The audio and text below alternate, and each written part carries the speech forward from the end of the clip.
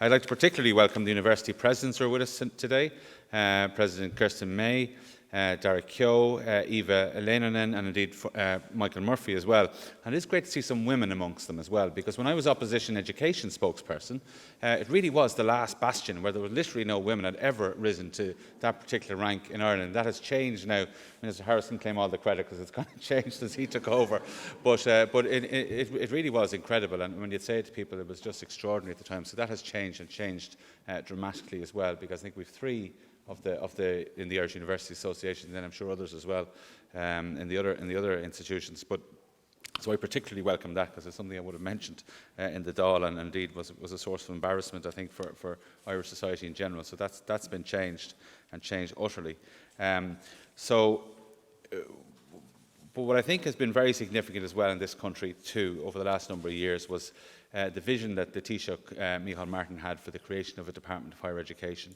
He spoke to the Irish Universities Association in July 2019 as part of what was called the Future of Ireland series, and he called for a separate Department of Higher Education and Research. He outlined then that the creation of such a department would, in his view, act to guarantee both a real priority for the area and provide strategic leadership for the years ahead. And I think that vision has now been realised. Minister Harris is here, and I'm delighted that he is here and in that role, and that somebody in government has their entire focus on higher education, further education and research, because quite frankly sometimes the day-to-day political priorities of members of Dáil Éireann can be influenced by schools issues, because they're your nearest constituents. I always consider myself that I have a number of universities kind of in my constituency. Maynooth and DCU, for example, are basically on the boundaries, and a lot of my constituents drive into Dublin or get the train or whatever to other institutions. So I always took a special interest, but the truth is that schools take up a lot of political time, and rightly so. But I think it's good that we have a separate venue now for government decisions, for government initiatives in relation to higher and further education, and that can only lead to the Irish universities, Irish higher education becoming and being the world-class institutions that they are. So this year is 50 years since the people of Ireland made a decision that our course would be a European one, and of course they were continuing a long tradition over many centuries of Ireland looking in the direction of Europe, and indeed Europeans looking in the direction of Ireland. In the context of commemorating Ireland EU 50, so I'm really happy that the universities are marking this important anniversary across campuses over the coming year. The celebration of Ireland EU 50 at third level provides a welcome opportunity to reflect on the positive impact that our membership of the EU has had on our education system over the last 50 years. I think it's important to remember as well that, yes, the EU had a huge influence on our higher education sector, further education sector. There's no doubt about that. But at the same time as we joined the European Union, moves were afoot internally from the government to expand out higher education. De Valera started the first funding mechanism at Trinity College, Limerick, DCU, all being established and developed. The regional colleges as well established, I think, starting in the 60s. So that was all happening at the same time. The two worked in tandem. But universities today reflect all that is best about the Ireland that has emerged over recent decades: creative, multicultural, making us an outward-looking nation at the heart of the European Union. So we don't define ourselves by what we're not. We define ourselves, I think, now by what we are, which is Irish and European. But 50 years ago, this was a different country. Basically an isolated island on Europe's western fringe, utterly dependent on trade with our former colonial masters. We were fragile, cautious. We sought to chart an independent course amongst the nations of the world. That was difficult.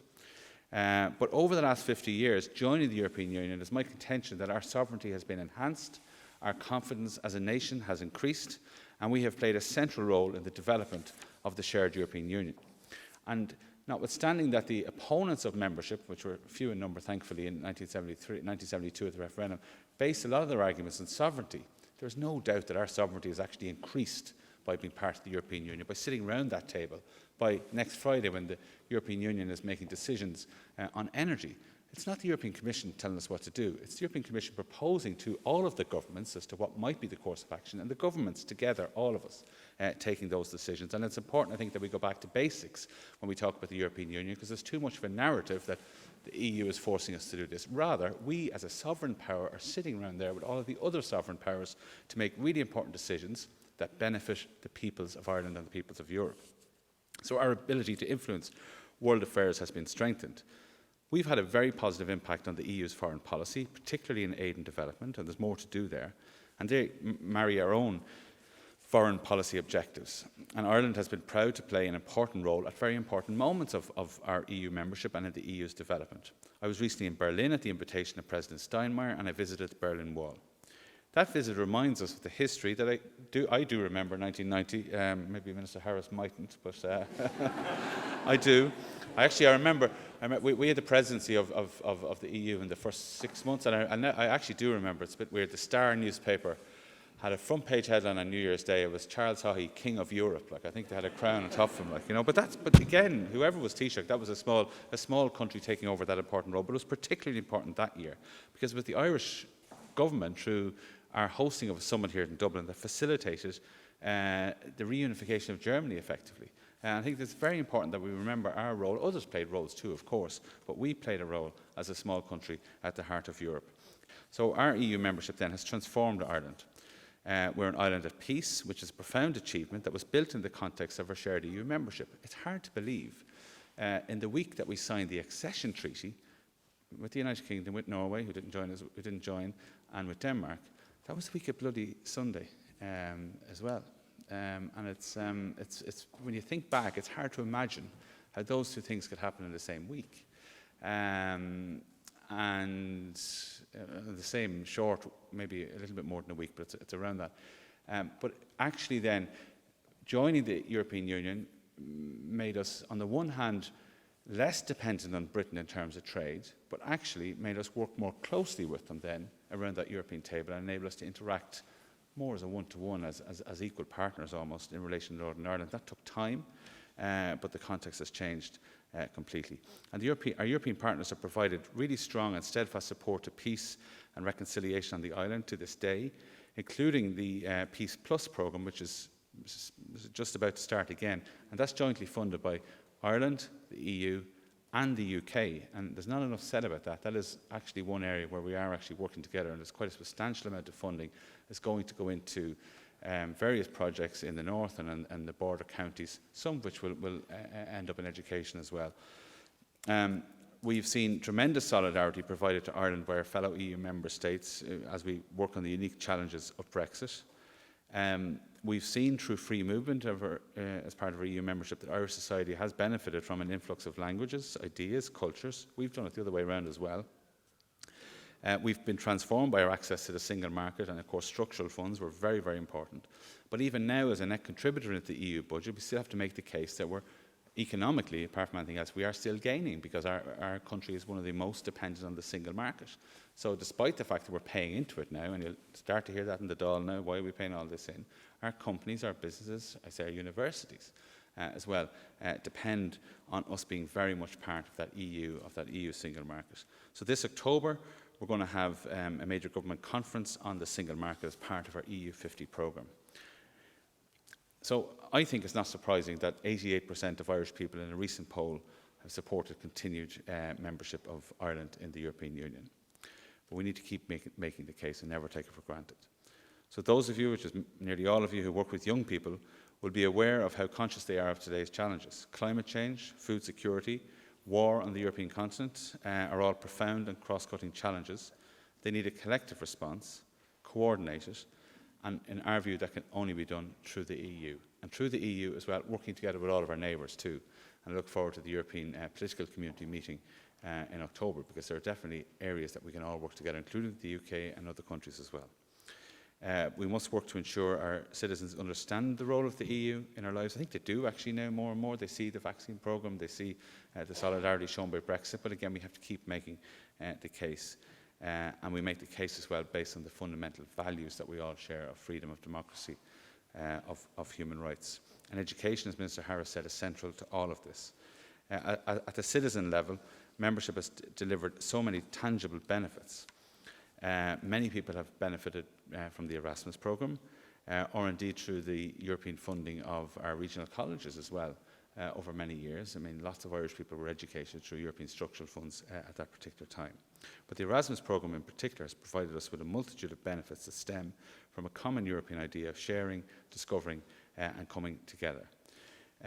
Earlier this year, Professor May's colleagues in Limerick hosted what I thought was a very useful symposium on the future of European studies at all levels in Irish education. And Shane, you can tell your son he's on a good course. Just talking with we had a symposium on the future of European studies, so it's definitely an area I think that is ripe for expansion and ripe for, you know, moving into other areas too, or at least giving the perception that it's not just history or it's not just languages. I mean, it's such a varied area of study, and I'm very passionate that we as a nation need to get better at the study of languages. It's a very timely discussion. Professor Joachim Fisker, I think, was doing tremendous work with all his colleagues to shape the education side of European studies in the future. And we believe that the EU, its history, its politics, its ideas, its laws, languages of the EU, they should remain central to learning across all of the education sector. It's worth remembering the vital role that Irish people have played in the development of the EU. I always say we had to agree to have equal pay for men and women when we joined the European Economic Community. In fact, there's an accession treaty, but there's also a separate government decision on that. And if you go to the archives, you can see that separate decision. It was like an annex nearly to the accession treaty at the time. But then it was Patrick Hillery who went in from Ireland as the European Social Affairs Commissioner at the time to drive that policy forward.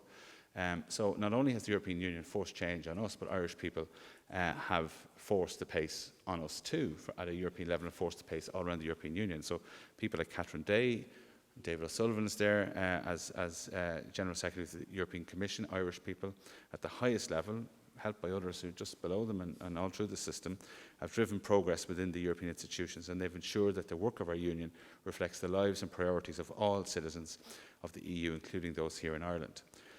Today, Irish citizens who work in the EU institutions do so on behalf of all the people of Europe from 27 member states. As Minister for European Affairs, one of my top priorities is to encourage our young people, including the students at your universities, and this is a message I want you all to bring back as well. We need them to consider availing of the many varied and rewarding career opportunities that exist within the EU. It's vitally important that Irish people continue to play a role in shaping the important work that the EU does for all of us. And that's why in May 21, I launched Ireland's new EU career strategy, Career for You, which aims to significantly increase the numbers of Irish officials working in the EU institutions. In delivering that strategy, we can help secure Ireland's place at the heart of Europe and influence the future shape of our shared union. And that will require input from across the third level sector, but also from the second level sector as well, in terms of planting seeds. And one of the key messages that we want to get across is that it's not just law, it's not just social science, it's not just bureaucracy, you know, whatever. I don't know, is there a degree in bureaucracy, or it's not just European studies. But we need agricultural people, we need scientists. I met a pharmacist who's working in the European Medicines Agency, and he said he never in his wildest dreams imagined when he was studying pharmacy that he'd end up working in an EU institution. And unfortunately, we don't have enough people like him working in the European institutions. So we want more and more. So that's a very strong message I want to get across. We've been working with the European employers, the institutional employers over there and the recruiters to try to streamline the system. We would like to have a separate nationality-based competition, that a certain number of places would be reserved for Irish people. We're still working on that. That may well happen, but in the meantime we need people with really strong language skills. That could be English, Gaeilge, French, Spanish, whatever the language skills are. They need to be encouraged. We have a lot of people now in this country who speak natively maybe Eastern European languages, or indeed a wide range of European languages, and I think to me, they're a huge target market that we should have, because they have the skills necessary to enable them to work within the European institutions, can really play a key role on behalf of all of us. So I'm relying on you in the university sectors to push that really important national priority forward. So just to thank everyone here today, I think I've named most people. Thank the Irish University Association for organising the event. It was a pleasure to work with you on this, but also when I was opposition education spokesperson too, I worked very closely with you too, and the work that you do is absolutely crucial for the development of this country. Go raibh míle maith.